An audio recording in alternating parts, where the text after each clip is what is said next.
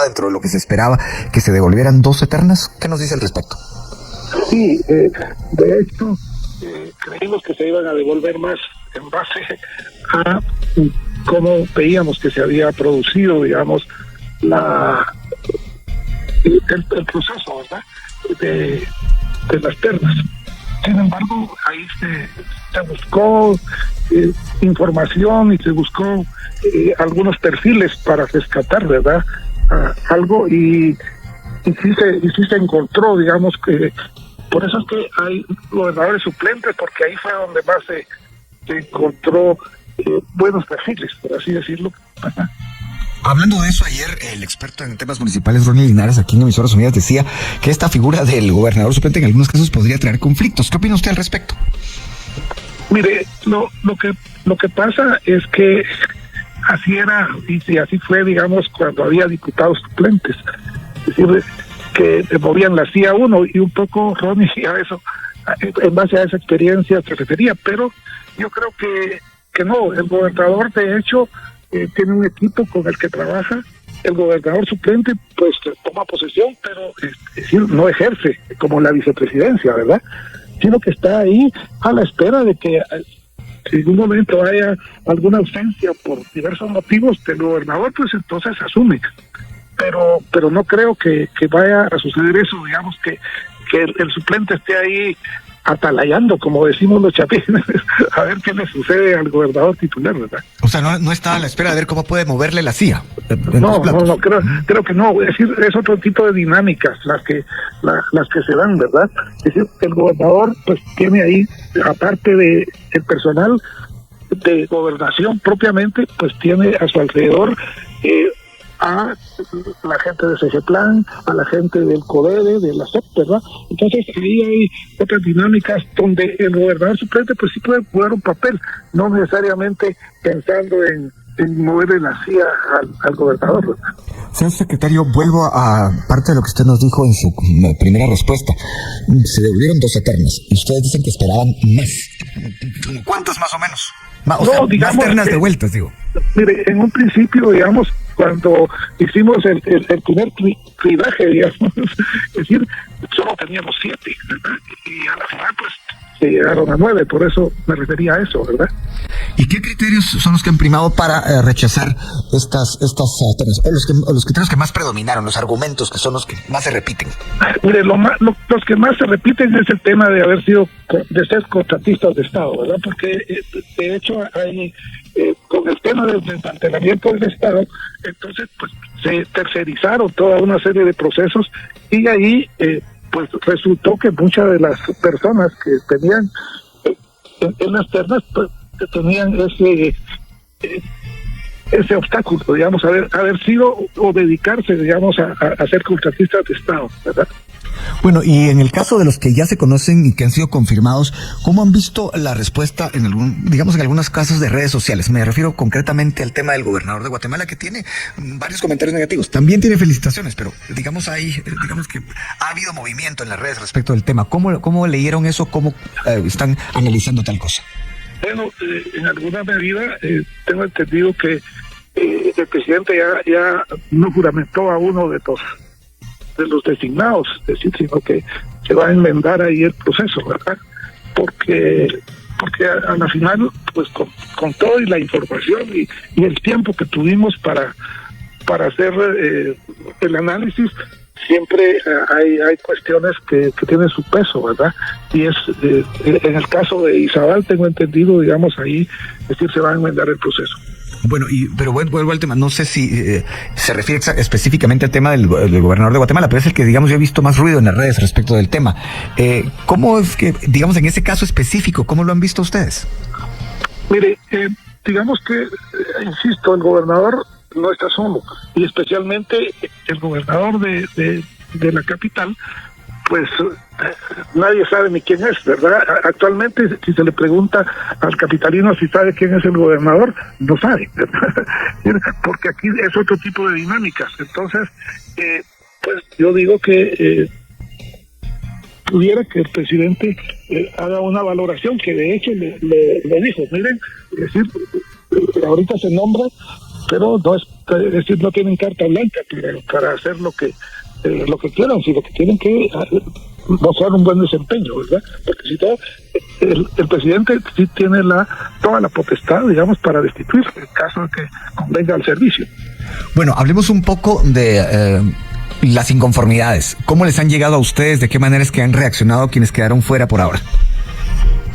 Bueno, de quienes quedaron fuera no hemos tenido, digamos, reacciones, porque se supone que están sujetos a ese tipo de cosas, como quien va a pedir un trabajo a una empresa privada y logra convencer al entrevistador o al reclutador, pues bueno, y si no, pues no puede alegar contra la empresa, ¿verdad? Bueno, y en el caso, hay dos casos específicamente que ya están, digamos, en manos de la justicia, por decirlo así, ya hay ahí orden de juez de por medio. ¿Cómo ven eso? Mire, yo sí creo que ahí lo que dijo Ronnie el día de ayer, de que prácticamente se puede quedar sin materia a la hora de que los representantes no gubernamentales en los departamentos de Chiquimula y Petén pudieran dar por anulado todo el proceso y reiniciar, digamos, ante una petición que pueda hacer el presidente para que se repita completamente el proceso, porque el asunto está que solo hay 5 días para repetir el proceso en los casos normales. En estos casos 5 días hábiles, entiendo, señor secretario. Así es, ¿verdad? Sí, son 5 días hábiles que, dependiendo si desde ayer o hoy se hizo la notificación o cuándo la va a hacer Secretaría General, pues principian a correr.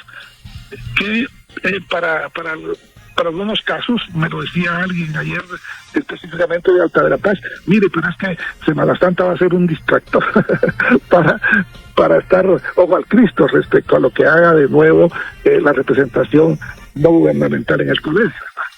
Un distractor, porque estos 5 días hábiles se cumplen exactamente ¿cuándo, señor secretario? Por eso, es a partir de la notificación. Uh-huh. Y entonces, si la notificación va a llegar hasta el lunes, por así decirlo, va a caer Semana Santa, ¿verdad? Sí, o sea que se tendrá, digamos, el puente de la Semana Santa para que se presenten nuevas ternas a partir de la semana siguiente, ¿es así? Sí, pues, digamos que hasta el lunes de Pascua en adelante, ¿verdad? Bueno, tengo más preguntas para usted, señor secretario, pero estoy revisando el reloj y me doy cuenta de que ya es momento de la pausa. Le pido un momento de paciencia también a la audiencia para que se quede y podamos conversar, entre otras cosas, de, bueno, si están previendo que pueda haber más situaciones en la elección que pudieran llegar a asuntos legales y también que nos comente acerca de lo previsto en cuanto a la metodología que cambió, ha ido caminando según sus previsiones y le explique un poco a la audiencia también cómo está esto evolucionando según lo que ustedes están viendo. Así que pausa, volvemos. Ayer dio una noticia que se esperaba desde la semana pasada. El presidente Arevalo lo había anunciado. Lunes o martes se va a conocer qué ternas sí, qué ternas no. Devolvió 12. Y bueno, hay un panorama que se presenta a continuación, entre otras cosas, que se presenten nuevas ternas, entre otras cosas también determinar cuándo se les va a notificar a quienes han sido rechazados como ternas y qué va a pasar en esos lugares. De eso converso con el funcionario que ya le mencioné. Y licenciado Godoy, una pregunta que va, digamos, de la mano con lo que seguramente mucha gente está ahora mismo preguntándose. Aunque el tema se ha tratado ya varias veces, incluso usted estuvo acá con nosotros en una ocasión, ¿cuál es realmente la gran diferencia en cuanto al procedimiento que ha hecho que esta elección de gobernadores se vuelva más noticiosa, digamos, se vuelva más noticia? ¿Qué noticia? Bueno, uno, que el presidente hizo un llamado para los que quisieran optar al puesto de gobernador, pero con un ingrediente bastante novedoso, que es la construcción de los gobiernos departamentales, que es algo que está pendiente desde la transición democrática, porque prácticamente cuando se creó la ley del organismo ejecutivo se anuló lo que era la ley del gobierno y administración de los departamentos, y solo se dejó unos cuantos artículos en la ley del organismo ejecutivo. Y entonces eso ha causado mucho problema porque no hay institucionalidad en los territorios para que se administren de mejor manera los recursos. Aquí estamos hablando de 4,000 millones de quetzales que administran los consejos departamentales de desarrollo. Eso es casi el 25% de lo que es la inversión pública. Y entonces eso, digamos, fue como lo más novedoso, es decir, llamar a que optaran para el cargo. Segundo, que se utilizaran los mismos procedimientos por cada una de las representaciones no gubernamentales en los CODEDES para recibir y calificar los expedientes o valorarlos, ¿verdad? Y eso pues fue novedoso. Y lo otro, que se hicieran públicos las listas de los aspirantes, que eso no sucedía en el pasado. Entonces eso hizo que a nivel departamental se movilizara la gente se enterara y también hiciera cuestionamientos y objeciones, ¿verdad?, a los candidatos que se propusieron. Pero la mayoría de objeciones se dieron cuando las ternas se dieron a conocer, porque fueron objeto de manipulación, ¿verdad? Entonces, de lo que yo he llamado en otras entrevistas, esas redes político-económicas ilícitas que funcionan en los departamentos, ¿verdad? Entonces, prácticamente el que la sociedad se dé cuenta de este tipo de cosas es también de lo más importante, Luis Felipe. Una de las preocupaciones que se manifestaban más cuando se dio el proceso, licenciado Godoy, era que hubiera muchas acciones legales. ¿Todavía podrían ocurrir algunas, como las que ya están en curso? Mire, de hecho, pues hasta ahorita sucedió en Chiquimula, sucedió en Petén, con este agravante. Los que hacen la escogencia de las ternas hacen un voluntariado por parte de organizaciones de la sociedad. Entonces, cuando interponen una acción como esta que paralizó Chiquimula y Petén, lo primero que hace el tribunal es pedir un informe circunstanciado de qué fue lo que se hizo.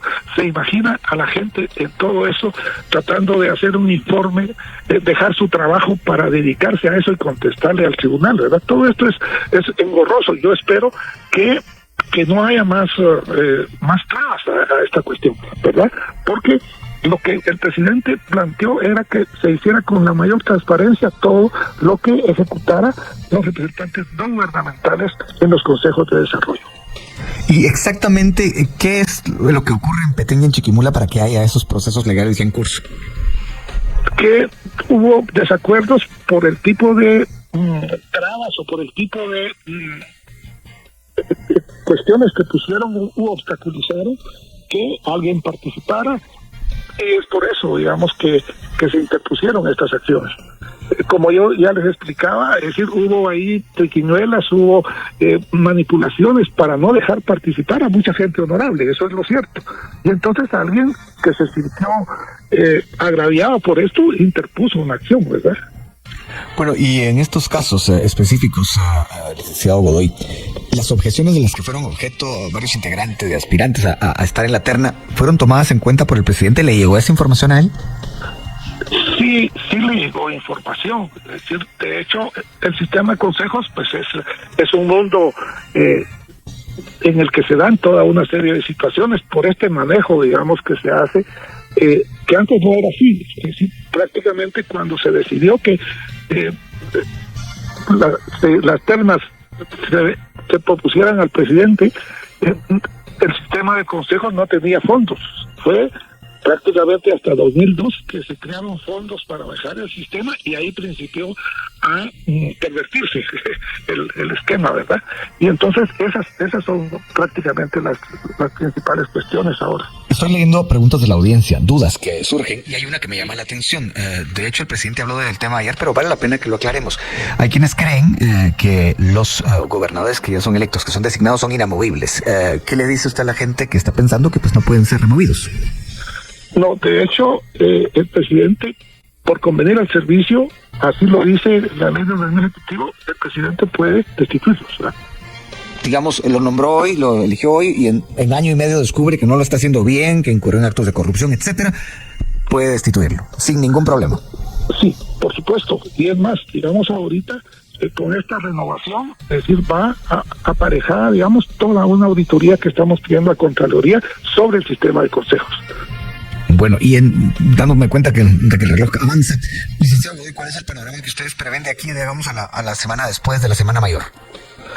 Bueno, que ya han tomado posesión los que están nombrados, recibir las nuevas propuestas que desde aquí yo aprovecho para hacer un llamado a los representantes candidatos no gubernamentales que les toca que repetir las ternas, que por favor, es decir, todos los obstáculos y cuestiones que en un principio se pusieron, pues que estos, si son banales, digamos, o si fueron triquiñuelas, es decir, que las aborten y incluyan ahora a todas las personas para poder que tuvieron al llamar para que puedan ser tomadas en cuenta para la decisión de las nuevas ternas. Pues, licenciado Godoy, muchas gracias por haber aceptado la llamada telefónica que le hicimos desde Emisoras Unidas. Víctor Hugo Godoy es el secretario de Coordinación Ejecutiva de la Presidencia. Hemos hablado sobre el tema de la elección de gobernadores. El presidente Aníbal lo devolvió tus eternas para que se haga nuevamente la selección de los aspirantes. Vamos a la pausa, regresamos. Y bien, hasta acá el video de hoy. Recuerden que ustedes tienen la última opinión que pueden dejar acá abajo en la cajita de comentarios. Dicho esto, nos vemos hasta el siguiente video. Adiós.